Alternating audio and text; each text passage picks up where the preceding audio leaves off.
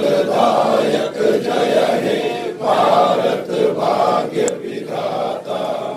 जय हे जय हे जय हे जय जय जय जय हे भारत। झिलमिल दीपों के प्रकाश ने अंधियारे को भगाया है। राम राज्य के पुनरारंभ का काल धरा पर आया है। राम राज्य के पुनरारंभ का काल धरा पर आया है। तमसे मां ज्योतिर्गमय हम जीवन में अपनाएंगे। आस्था की पावन लौ पर हम नतमस्तक हो जाएंगे। हम नतमस्तक हो जाएंगे।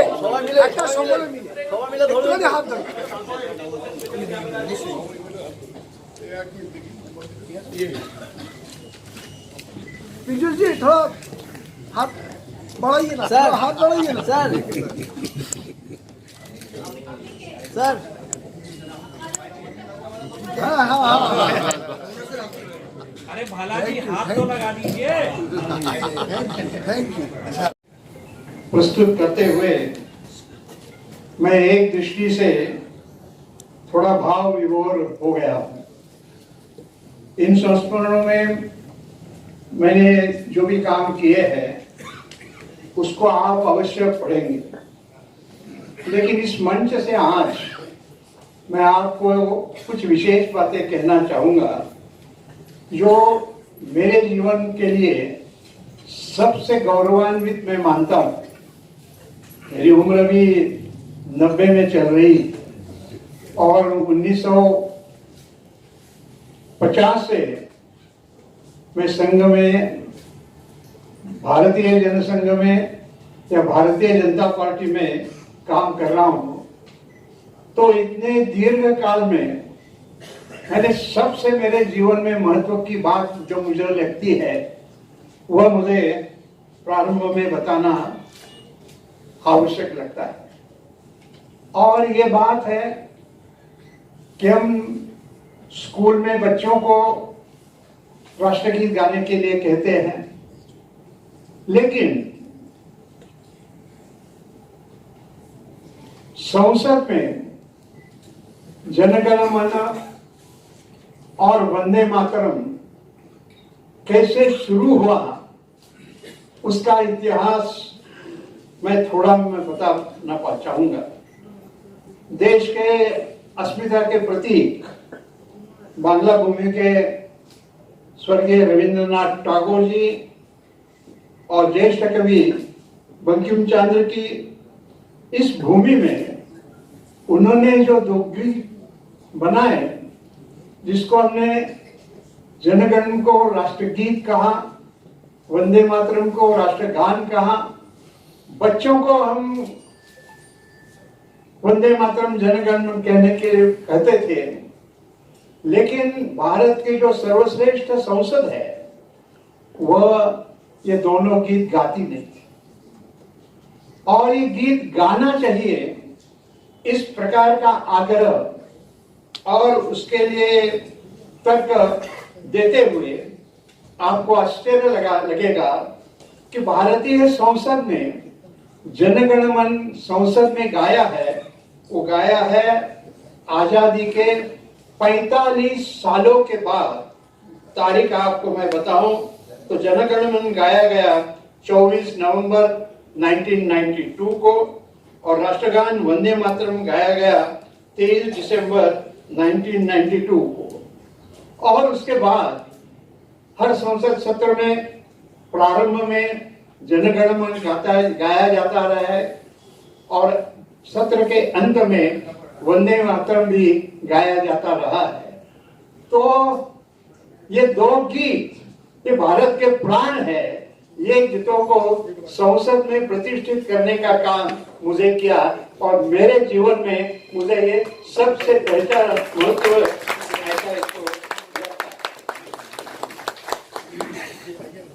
और आज ये दोनों गीत बनाने वाले वह भी बंगाल के और गीत बनाने के बाद और मेरा पुस्तक चरैवेति प्रकाशन आज यहाँ पर हो रहा है, तो मुझे खुद बहुत भाग्यशाली समझता हूँ कि ये 2 गीतों को मैंने तो राष्ट्र संसद में स्थापित कर दिया, लेकिन आज मेरा ये किताब यहाँ पर प्रकाशित हो रहा है। मैं बहुत गौरवान्वित। अब ये करने वाले जो है उन्होंने अपना परिचय बताया और किस प्रकार से यहाँ पर चाणक्य वार्ता परिषद ने काम किया है और डॉक्टर अमित जैन से मैं कैसा जुड़ गया उन्होंने यह बताया, और इसलिए मैं उसे दोहराना योग्य नहीं मानता हूं क्योंकि समय भी थोड़ा देरी से चल रहा है। लेकिन उन्होंने जिस प्रकार से काम किया और केवल चाणक्य वार्ता तक या कोई किताब प्रकाशित करने तक वो सीमित नहीं रहे, तो सभी भाषाओं का भारतीय विकास कैसा हो, इस दृष्टि से उन्होंने जो अंतरराष्ट्रीय इस प्रकार का संगठन बनाया है और यह काम अपने आप में बहुत अच्छी तरह से हो रहे हैं। और उन्होंने नहीं बताया लेकिन मैं बता सकता हूँ, उन्होंने तो बताया आपको कि असमिया में हो गया, तमिल भाषा में हो गया और आज बांग्ला भाषा में यहाँ पर हो गया। इसको 3 बार एक काम होता है अच्छा, तो क्या कहते हैं, क्रिकेट में कुछ कहते हैं हैट्रिक। तो आज यहाँ हैट्रिक उनके संस्था के द्वारा हो रही है, ये अपने आप में एक बहुत बड़ी बात है, ऐसा मैं मानता हूँ। लेकिन मैं आपको चरैवेति का थोड़ा इतिहास बताना चाहता हूँ। और चरैवेति बनी किसे, मैं कोई लेखक इसके पहले नहीं था। हाँ, मैं आपको बता दूं कि मैं मुंबई के जीवन में एक अकाउंटेंट जनरल के दफ्तर में अपर डिवीजन क्लार्क करके काम करता था। लेकिन राष्ट्रीय स्वयंसेवक संघ, भारतीय जनसंघ, बाद में भारतीय जनता पार्टी, इसमें काम करते करते एक मैं ऐसा आदमी बन गया कि मुंबई में अब तक जिस किसी को भी उस प्रकार का भाग्य नहीं मिला था।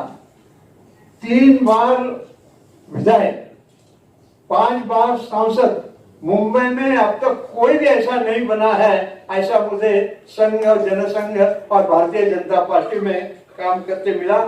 तो उसका एक लाभ हुआ। तो मुंबई में सकाळ नामक एक बहुत प्रसिद्ध मराठी दैनिक है।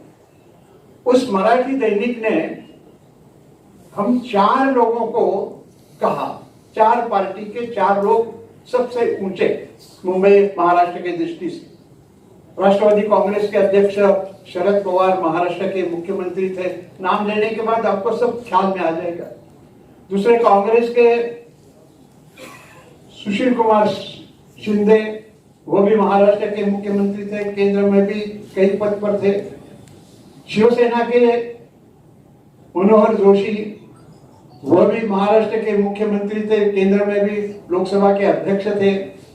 और चौथा मैं कोई मुख्यमंत्री वगैरह नहीं था, केंद्र का मैं मंत्री जरूर था, लेकिन उन्होंने हम चारों को कहा कि आपने जीवन में बहुत कुछ पाया है, तो आप उसकी खूटी मीठी जो आपके अनुभव है वह आप लिखेंगे। तो ऐसा तय हुआ कि एक रविवार को शरद पवार और मनोहर जोशी के जो संस्मरण है वो आएंगे, और उसके बाद के रविवार को मेरे और सुशील कुमार शिंदे के आएंगे।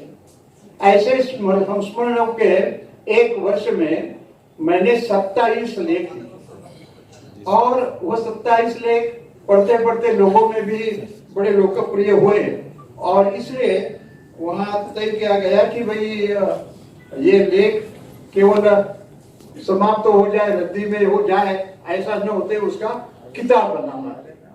वो किताब बना, और किताब बनाने का पहला चरैवेति उसका नाम दिया गया। अब चरैवेति का नाम, उसका अर्थ मैं आपको थोड़े समय के बाद बताता हूँ। लेकिन ये किताब का प्रकाशन होने के बाद मराठी, मैं प्रधानमंत्री नरेंद्र मोदी जी के पास गया।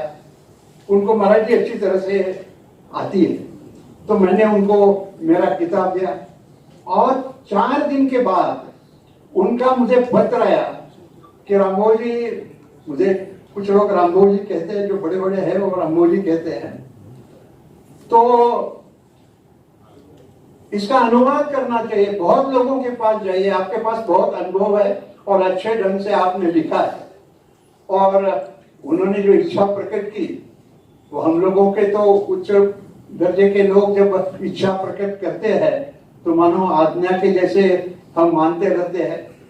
और फिर उस मराठी चरैवेती का 4 भाषा में अनुवाद हुआ। वो 4 भाषाएं थी गुजराती, हिंदी, अंग्रेजी और उर्दू। ये 4 साथ में करने में मेरा थोड़ा व्यक्तिगत स्वार्थ भी था। व्यक्तिगत स्वार्थ ये था कि मुंबई के जहां से इतने लोग मुझे चुनकर भेजते थे, तो ये 4 भाषाएं के प्रमुख लोग उसमें हैं, 4 भाषाएं, तो उसका उद्घाटन कहाँ करें? तो राष्ट्रपति भवन में प्रणब मुखर्जी जब राष्ट्रपति थे, उस समय पर उसका उद्घाटन हुआ। अब आपको आश्चर्य लगेगा, वो राष्ट्रपति होने के पहले केंद्र में मंत्री भी थे और उसी समय मैं विपक्ष में था। और जब मैं मंत्री था तो वरदा वो विपक्ष में थे, लेकिन हमारे संबंध आज के जैसे नहीं थे। आज जो आप देखते हैं लोकसभा में, विधानसभा में विरोध होता है विचारों का, तो रखने का एक तरीका से हम काम करते थे। और इसलिए प्रणब दा ने ये मेरे 4 किताब साथ में राष्ट्रपति भवन में प्रकाशित किए। और ऐसे करते करते मैं 2 और भी उदाहरण आपको बताना चाहूंगा। पढ़ी लिखी महिलाओं में एक बात ज्यादा चल रही थी बेबी फूड के एडवर्टीजमेंट्स के कारण, यानी बच्चों को, नवनिर्मित बच्चों को स्तन से दूध देने के बदले में वो बेबी फूड देकर एक दृष्टि से वो बच्चों पर भी अन्याय होता है और वो महिला पर भी अन्याय होता है। और इसलिए महिलाओं का स्तनपान को प्रोत्साहन देना चाहिए और बच्चों के जो बेबी फूड्स है उस पर, जैसे कहते हैं ना कुछ चीजों पर स्मोकिंग इज डेंजरस ऐसा लगाया जाता है तंबाकू के, वैसे बेबी फूड्स पर ये बोर्ड लगाना प्रारंभ हुआ। तो उसके लिए मैंने संसद में प्राइवेट मेंबर बिल, जैसे सरकार बिल लाते हैं उसे प्राइवेट मेंबर भी बिल ला सकते हैं, उस पर चर्चा होती है और सरकार को पसंद आया तो उसका बिल सरकार लाती है। ये मैंने promotion of staple to bill और प्रोहिबिशन ऑफ बेबी फूड्स, इसको लेकर प्राइवेट मेंबर्स बिल लाया और वो बिल पर बहुत चर्चा हुई। और आपको शायद आश्चर्य लगेगा, उस समय राज्य मंत्री ने उत्तर दिया और उन्होंने कहा कि ये बहुत अच्छा सुझाव है, सरकार हमारा ये जो बिल, सरकार बिल लाती है अपनी ओर से, सरकार अपनी ओर से बिल लाएगा, ऐसा मुझे आश्वासन मिला। ये आश्वासन देने वाली उस समय की जो राज्य मंत्री थी, आज वो पश्चिम बंगाल की मुख्यमंत्री है, मतलब ममता बनर्जी ने उस बिल को स्वीकार किया। और मैं आपको बता दूं कि हिंदुस्तान के पार्लियामेंट्री इतिहास में प्राइवेट मेंबर का सरकारी बिल केवल एक ही बना, वो स्तनपान के बारे में बना, यह भी उसकी एक विशेषता जैसी है। ऐसे कई काम हुए और ये काम करते करते मैंने और 1-2 बातें की, उसका मैं थोड़े में उल्लेख करना चाहूंगा। मुंबई में जब मैं उस समय पर की बात कर रहा हूँ, रोज 75 लाख लोग लोकल से प्रवास करते हैं और वो लोकल के प्रवास करने के लिए गाड़ियां भरा पड़ती थी और महिलाओं के डब्बे को तो जगह ही नहीं मिलती है, इस प्रकार की स्थिति थी। तो मैं रेल राज्य मंत्री था। उस समय पर हमने मुंबई रेल विकास कॉर्पोरेशन की स्थापना की। जब दूसरे अटल बिहारी वाजपेयी जी की सरकार बनी, उस समय पर ममता जी रेल मंत्री हुई, और फिर मैंने उनको कहा कि हमारा काम है, और हमने उस समय पर और एक काम किया था, और वो एक काम ये था कि महिलाओं, काम पर जाने वाली महिलाओं की इतनी भीड़ होती थी कि उनको भी गाड़ी में चढ़ने के लिए मुश्किल होती थी।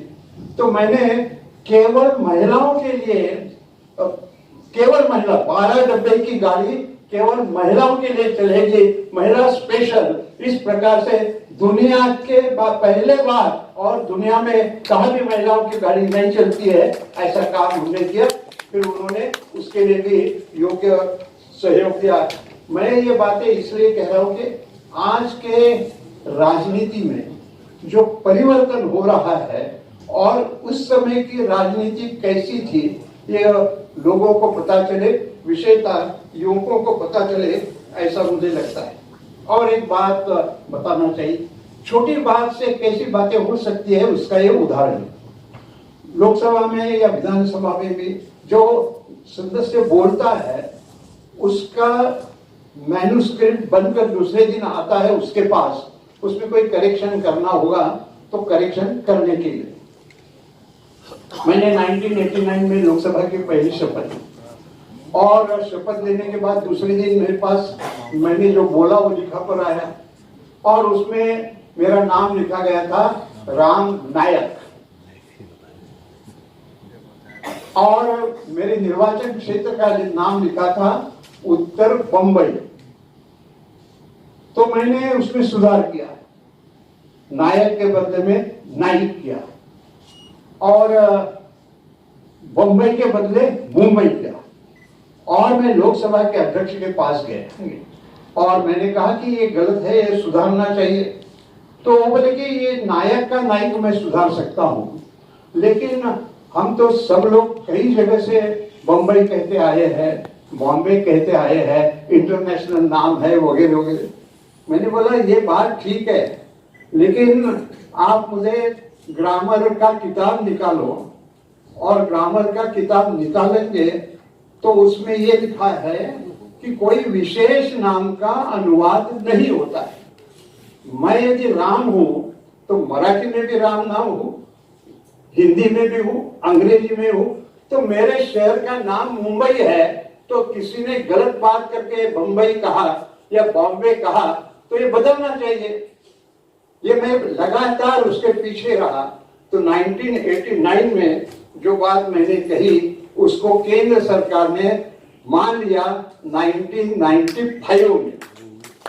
एक इतने साल लगातार उसके पीछे काम करते रहना, और लेकिन अच्छा हुआ। तो जैसे बंबई बॉम्बे का मुंबई हो गया तो महाराष्ट्र में तो खुशी खुशी हो गई, लेकिन फिर कर्नाटक वालों को लगा अरे अपना बंगलोर का नाम बंगलुरु था तो कर्नाटक ने बंगलुरु किया। केरल वालों को लगा अपने त्रिवेंद्रम का नाम तिरुवनंतपुरम पहले था, केरल ने नाम बदल दिया। तमिलनाडु वालों को लगा कि अरे मद्रास का नाम तो चेन्नई था, तो उन्होंने चेन्नई किया। और पश्चिम बंगाल के लोगों को भी ये लगा कि हमारा नाम तो कलकत्ता नहीं कोलकाता था, तो पश्चिम बंगाल सरकार ने भी कलकत्ता का कोलकाता किया, और लोगों को एक खुशी खुशी और अपने स्वाभिमान की जो बात है वो आई। लेकिन बाद में मैं उत्तर प्रदेश का जब राज्यपाल था तो फिर प्रेम से कोई विरोध नहीं, इलाहाबाद का प्रयागराज हो गया। और अभी 22 तारीख को जो राम मंदिर का हम उद्घाटन करने वाले हैं, उस शहर का नाम पहले रख देते तो पहला नाम बनाया हुआ नया नाम तो फैजाबाद था, तो फैजाबाद का भी नाम बदलकर हमने अयोध्या किया। अब 22 को राम मंदिर का जो उद्घाटन होगा तो अयोध्या में होगा, फैजाबाद में नहीं होगा। ये बात मैं कहता था, और कभी कभी मेरे हाथ में ऐसी कुछ बातें आती है। अब कोलकाता होकर भी कई साल हो गए हैं, मैं जानता हूँ आप सब कोलकाता वाले तो जानते हैं, कलकत्ता का कोलकाता हो गया। लेकिन मैं आज टेलीग्राफ आज तक पढ़ने लिया, अखबार मुझे मिला पढ़ने के लिए अंग्रेजी, तो मैंने टेलीग्राफ नाम बराबर है, और फिर उसमें नीचे लिखा है कलकत्ता सैटरडे 6 जून। तो टेलीग्राफ को अब तक पता नहीं चला है कि कलकत्ता का कोलकाता हुआ है। और मैं इसके लिए क्या कहूँ, अखबार वाले जागरूक नहीं रहेंगे तो कैसा हो सकता है ये मुझे मालूम नहीं। लेकिन ये बात मैं इसलिए कह रहा हूँ कि लेकिन इतनी छोटी बात शहर के नाम की, लेकिन इतने आराम से इस प्रकार से होता गया। और ऐसी कुछ कथाएं, ऐसी कुछ जानकारियां आपको देखने के लिए मिलेगी। अब मुझे दो लोगों की याद आती है। एक तो विष्णुकांत शास्त्री, उन कई साल उनके साथ काम किया। वो आप सब लोग जानते हैं, अच्छे कवि थे, अच्छे प्रोफेसर थे। लेकिन उन्होंने उत्तर प्रदेश में जो काम किया, मेरे पहले वो थे, तो आज भी विष्णुकांत शास्त्री का नाम उत्तर प्रदेश वाले लेते हैं। यहाँ देश को मैंने जैसे बताया कि राष्ट्रगान और राष्ट्रगीत देने वाले भी बंगाल के, बंगला भाषी के, जैसे हमने कहा कि विष्णुकांत शास्त्री जैसे ये, और एक नाम है वो, लेकिन मैं अंत में बताऊंगा। और मेरे पुस्तक का नाम चरैवेति चरैवेति कैसे, उसका चरैवेति का अर्थ है चलते रहो चलते रहो। और ऐतरेय ब्राह्मण करके एक जुना संस्कृत का ग्रंथ है, उसमें चरैवेति को लेकर कुछ श्लोक है। उसमें एक श्लोक का जो अनुवाद है वह मैं आपको बता देता हूं। वह कहता है, मधुमक्खियां लगातार घूम घूम फूल पर, एक फूल से दूसरे फूल पर जाकर शहद इकट्ठी करते। कितने परिश्रम होते होंगे, विचार करिए। फिर कहते हैं मधुमक्खियां, ये हो गया पक्षी, अच्छे अच्छे मीठे मीठे पेड़ खाने के लिए एक पेड़ से दूसरे पेड़ पर उड़कर जाते रहते हैं। सूरज कभी सोता नहीं है, वह सुबह से चलता है शाम तक और दुनिया को प्रकाश देता है, जीवन देता है, ऊर्जा देता है। और इसके लिए सूरज जगत वंदनीय हुआ है। तो तुमको भी जगत वंदनीय होना है, तो तुमको भी सूरज के जैसे काम करना चाहिए, मधुमक्खिया के जैसे काम करना चाहिए। और इसी में चरैवेति चरैवेति का नाम आता। और वो आगे कहता है कि जो बैठा है उसका भाग्य भी बैठ जाता है, जो सोया है उसका भाग्य भी सो जाता है, जो खड़ा है उसका भाग्य भी खड़ा होता है, लेकिन जो चलता है उसका ही भाग्य चलता है। इसलिए चलते रहो चलते रहो चलते रहो, ये पुस्तक का नाम होने का कारण है। देखिए स्वामी विवेकानंद जी ने क्या कहा, मैंने कहा ना दो नाम है, बाद में बताना होगा। तो स्वामी विवेकानंद के जो शब्द थे, जागो उठो और तब तक न रुको जब तक अपना ध्येय प्राप्त नहीं होता। ये चरैवेति उन्होंने अपने ढंग से जो बताया उसका मैंने उल्लेख किया। और अंतिम स्थान पर जाते हुए, वैसे मैंने मेरा उम्र बताया क्या अभी, एक बार बता दिया। अच्छा फिर बता देता हूँ, अभी मैं 90 में चल रहा हूँ। लेकिन मैंने जो प्रारंभ में कहा कि राष्ट्र प्रेम से हम काम करते हैं, और इस राष्ट्र प्रेम से करते हुए स्वाभाविक तौर पर राष्ट्रीय स्वयंसेवक संघ का संबंध आया। ये काम करते करते इस प्रकार से, और ऐसे काम करते समय जो मेरे जीवन पर और एक ऐसा ही बहुत सुंदर प्रोग्राम, कार्यक्रम जिसने मुझे प्रभावित किया। मैं पुणे में 1952 मैं बीकॉम की परीक्षा मैंने दी 1954 में, तो जरा हिसाब करिए। तो नहीं, उसके 2 साल पहले 1952 में डॉक्टर श्यामा प्रसाद मुखर्जी, जो चौथा नाम मैंने कहा ना मैं आपको बताऊंगा, तो डॉक्टर श्यामा प्रसाद मुखर्जी जनसंघ की स्थापना 1951 में होने के बाद वो सारे देश में प्रचार करने के लिए जाते थे। उसमें पुणे में आए थे और मैं उस समय पर इंटर का विद्यार्थी, इंटर कॉमर्स का विद्यार्थी था। और उनका प्रभावी भाषण सुनकर मुझे लगा कि भाई अपना जीवन है तो जो श्यामा प्रसाद मुखर्जी कहते हैं इस प्रकार से काम हमने करना चाहिए। तो मुझ पर सबसे ज्यादा इस प्रकार का जो असर हुआ वो मेरे पिताजी ने जो किया, वो भी स्कूल के हेडमास्टर थे। तो मैंने जीवन में 2-3 लोगों को जो मानता हूं उसमें डॉक्टर श्यामा प्रसाद मुखर्जी, क्योंकि बंगाल ने देश को क्या क्या दिया है उसका जरा बंगाल के लोगों ने भी विचार करना चाहिए। और श्यामा प्रसाद मुखर्जी है, स्वामी विवेकानंद है, बंकिम चंद्र जी है, डॉक्टर रविंद्रनाथ टैगोर है, इन्होंने जो दिया, ऐसे कोलकाता में मेरे किताब का आज यहाँ पर प्रकाशन हुआ है। और इस भूमिका में काम करते समय मुझे एक आनंद जो होता है वो आनंद मिल गया है। और ऐसे कार्यक्रम में राज्य के जब राज्यपाल यहाँ पर उपस्थित है, सीवी बोस जी, आनंद बोस जी, उनका आज ही मेरा परिचय हुआ, अच्छा लगा उनसे साथ बात करते समय। पीयूष गोयल जी आए हैं। पीयूष गोयल जी तो उनके भाषण में बताएंगे, लेकिन मैं एक बात अभी बता, वो जब इतनी उम्र के थे ना, तब से मेरा और पीयूष गोयल का संबंध है। उनके पिताजी और मैं, हम साथ में काम करते थे।